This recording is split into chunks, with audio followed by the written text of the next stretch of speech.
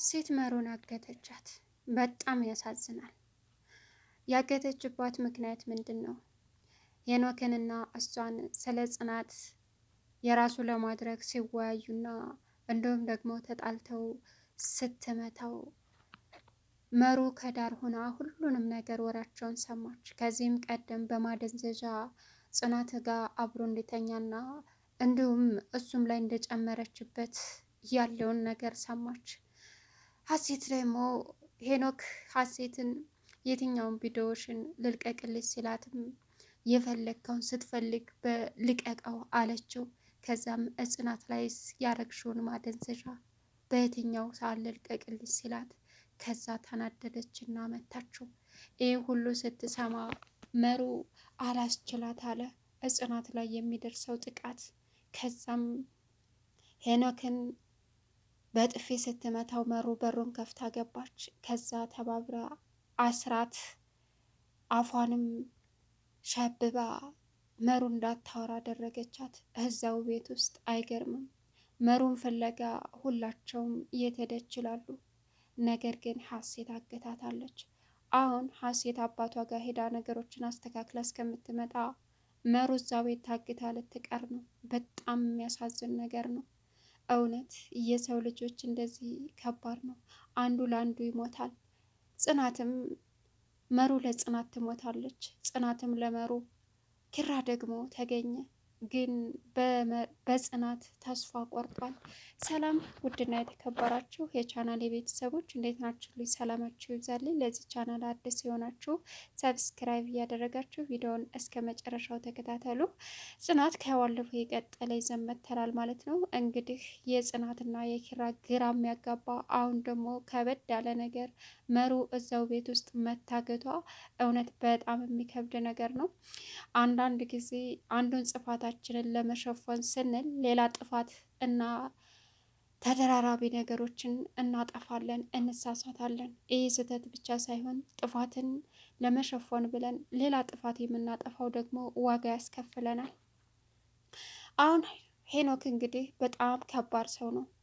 በጣም እኔ ሳስበው የቤቲ ወንድም ይመስለኛል ሄኖክ፣ ወይም ቤቲ የላከችው ይመስለኛል። ምክንያቱም ጽናትን እንድበቀልላት ማለት ነው። አሁን እንግዲህ ኪራ ከጠፋበት ተገኝቷል። እናም ሄኖክና ሀሴት ደረጃ ላይ ቁጭ ብለው ፎቶውን እለቀዋለሁ እያለ ሲያስፈራራት፣ ከዛም እሷም ስትፈልግ በፈለክበት ልቀቀው አይደለም በሚዲያ ይቅርና በቲቪ ያስተላልፈው እያለችው ነበረ። ጽናት ደግሞ ያንን ስለሰማች ምንድን ነው ስለምን ፎቶ ነው የሚያወሩት? ከዚህ ቀደም እኮ እንደማይተዋወቁ ሆነው ነው የተዋወቁት። የሆነ ምስጢራቸውንማ ማወቅ አለብኝ እያለች ራሷን መጠየቅ ጀመረች። ከዛም ሄዳ ሀሴት ይቅርታ ብላ ጠየቀቻት። አይ ችግር የለውም አልተቀየምኩሽም አለች ሀሴት። ጽናትም እሺ ምን ሆነሽ ነው የደበረሽ ትመስያለች ስትላትም አልደበረኝም ዝም ብዬ ነው ስትላት፣ አይ ድብርቱ እንደለቀሽ ወደ ውጭ እንውጣ ስትል ወክ እናድርግ ስትልም አልፈልግም አለች። እንደዛ ካልሽማ አልተቀበልሽኝም ይቅርታዬም ማለት ነው አለቻት። ከዛም እሺ እንደዛ አይደለም በቃ እንደዛ ካልሆነ ተነሽ እንሄድ ብላ ጽናት ይዛት ሄደች።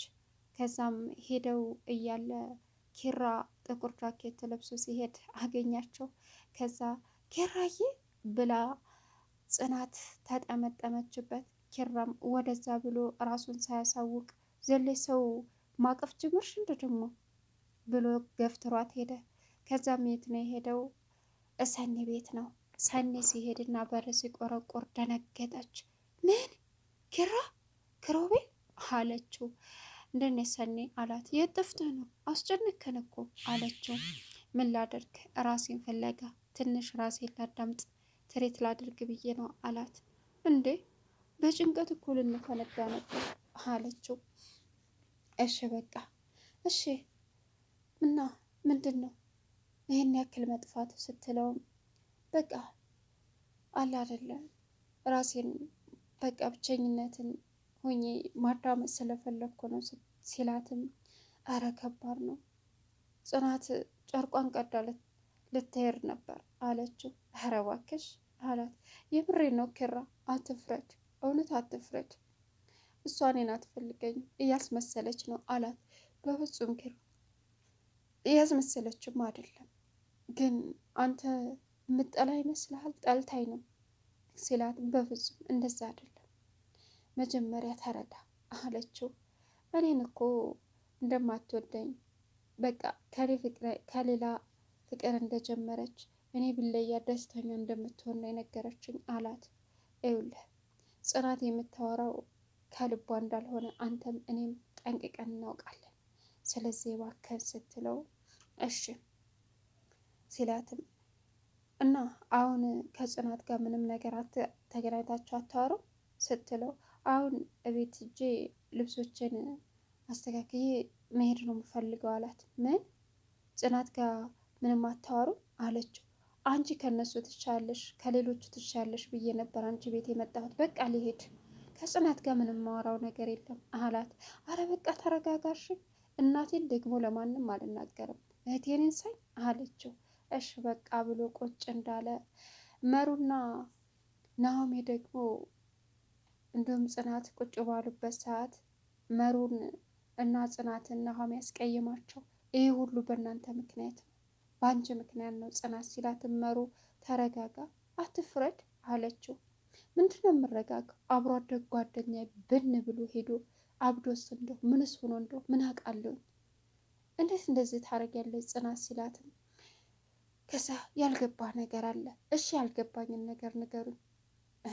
እዚህ እኛ ቤት ተሰብስባችሁ ተደብቃችሁ ስታወሩ ነበር የሆነ ነገር እንዳለ የነቃሁት።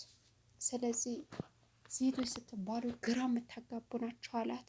ከዛም በቃ ልጠጣ ብላ ሲጮህባት ክችን ሄደች። መሩም ተረጋጋ ስትለው ጮሆባት ሄደ። ክችን ሄዶ ጽናት ላይ ናሆሜ ይውልሽ ጽናት እመኝ፣ ሁሉንም ነገር ካልነገርሽኝ እኔም እንዳብሮ አደጌ ብን ብዬ ነው የምጠፋው። እስከ ነገ ጠብቅሻለሁ አላት። ናኦሚ አንተ እኳ ብትረዳኝ ምን አለበት አለች። ከዛም ጥሎ ሄደ። እናቱ ህመምተኛ መሆኗን ብታቅ ትረዳኝ ነበር አለች። ከዛም ሀሴትን አሳልፋ ልትድረው እንደሆነ ስትነግረው የህፃን ልጅ ጨዋታ ነው እየተጫወታችሁ ያላችሁ፣ በጣም ትደብራላችሁ አላት።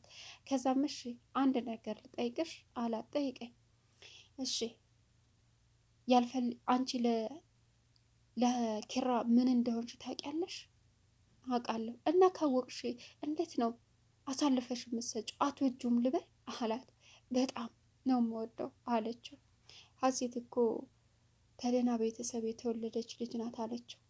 በጣም በትክክል መለሰሽልኛል ብሎ ተናዶ ጥላቸው ሄደ። አሁን በሚገርም ሁኔታ መሩ ሲናደድ ጽናት ተከታዩ አለቻት። ጽናት እዋክሽ እንዳትቀየሙ ተናዶ እኮ ነው አለቻት። አልቀየመውን ተከታይ ስትላትም ተከትለው ሄደች። ከዛም ጽናት ደግሞ አንቺስ በዚህ ሁኔታ ጥዬሽ ሄዳለሁ? አይ እሰኒ ቤት ሄዳለሁ አለች። እሰኒ ቤት ስትሄድ እዛ አገኘችው ኪራን። ማመን አቃታት። እቅፍ አደረገችው። ኪራ ሰኒ ኪራ ነው በይ፣ በቃ አይንሽ ነው እንዳትይኝ አለች። ከዛም በቃ አለቻት። ከዛ አቀፈ ስታረገው ልቀቅኝ፣ ይህ ማስመሰልሽ ዛሬም አልተውሽም አላት። ኪራ አለችው። በቃ ውጭልኝ ወይኔ ልውጣልሽ ሲላትም አይ አለቀሰች። በቃ ተረጋጉ እናንተ ቁጭ ብላችሁ ማውራት አትችሉም እንዴ? እኔና ጽናት የምናወራው ሰኒ ለነገሩ ጓደኛሽ አይደለች እሄዳለሁ ሲል አረ ተረጋጋ ተቀመጡ ኪራ አለችው። ቁጭ አለ። በቃ ተይው እኔ ልውጣለት ብላ ጽናት ልትወጣ ስትል ኪራ እኔ ወጣለሁ ብሎ ጥሎ ወጣ። ከዛም በቃ ኪራ ጠልቶኛል አለች። እውነቱን ልንገርሽ አልደብቅሽም፣ ባደረግሽው ውሳኔ በጣም ከባድ ነው። አዎ ተስፋ ቆርጦብሻል አለች። እኔ ስምፈልገው ይሄን አይደለም ምን ያርበተብተኛል፣ በቃ ይሄንን ነው አለችና እሺ አሁን ምግብ ከፈለገ ሄጄ ልስራለት ብላ ተከትላው ሄደች። እንግዲህ ሄኖክና ሀሴትም እየተጨቃጨቁ ስለ ቪዲዮ እንደሚለቅባት ጽናት ላይ ያደረጉትን ግፍ እያወሩ መሩ ሰማች። ያ ሁሉ ከሰማች በኋላ መሩ ዘው ብላ ስትገባ መሩን አገተቻት። እንግዲህ ምሳ እንደምትሰራ ለጽናት ልንገራት ብላ ነበር መሩ የሄደችው። ጆሮዋ ያንን ጉድ ሲሰማ ማመን አቃታት። በጽናት ላይ አትደራደረም። ከዛም በጣም ተገረመች፣ አዘነች። ይህ የሚያሳዝን ነገር ገባች። ከዛም አገተቻት። ሄኖክም ወጣ። አይገርምም። ናሆሜ ምሳ ላቅርብ ብላ ጽናት መጣች። ናሆሜ ሲመጣ ታቀርቢያለሽ በአንድ ፊት አለ ናሆሜ። ጽናት እሺ ብላ ሄደች። እናም ሀሴት ሳሎን እየተንጎራደደ ነበር። ምን ነሻል ሲላት ግራ መጣ ኦ አለ ተንቀጠቀጠ። አራረጋጊው ምን ነሽ ነው አላት። ምንም እና ምን ነሽ ነው እንደዚህ የምትሆኝ? ምንም አልሆንኩም። ምንም እንዴ ውሃ ላምጣል? ኧረ አላስፈለገኝም። ምግብ ላቀርብልህ? አላስፈለገኝም። ናሆም ይመጣል ብሏል። እሺ ጽናት እኮ የለችም። ለጽናት ነግሬያታለሁ ሲላትም ጽናት እኮ የለችም። ትመጣለች ደውዬላታለሁ አላት። ለካ እሷ እዛ ግታት ነው። ከዛም እቤት ሄደችና ሩጣ ሄደች። መሩ የት ናት እየተባለ መፈለግ ጀመሩ። ጽናትን ፈለገቻት። እንዴ ኪራ ተኝታለች ብሎ ነበር። እክላሷም የለችም። እንዴ ምንድን ነው እቤት ሆና ይሆን እንዴ አለችው ናሆሜን። አረ አይደለችም አስቀይሜያታለሁ እና መንገድ ላይ ተላልፋችሁ እንዳይሆን አለ ኪራ። አረ የለችም አለ ሲደውላ ስልክም አታነሳም። ወይ ጉድ ምንን አይሆን በቃ ለምሳሌ አቅርብ ትቆያላችሁ አለ ጽናት። አይ እስኪ ትንሽን ጠብቃትና ከመጣይ ካልመጣይ እኛ እንበላለን አላት። ከዛም ሀሴት ገብታ እንጀራ ይዛ ሄደች። ከዛም መሩን አሁን ቢ ምግብ ትጎጃለሽ ብላ ያፈነቻትን ስትከፍታት ኡኡ አለች። ጽናት ደግሞ ምንድነው የተፈጠረው ለምንድነው ምጮሂው ብላ በሩን ስቆረቆር ሀሴት ምንም አለች። ሻወር ገብቼ ነው አለቻት። መሩን አግታት ልትሄድ ነው። ቻናሉን ሰብስክራይብ እያደረጋችሁ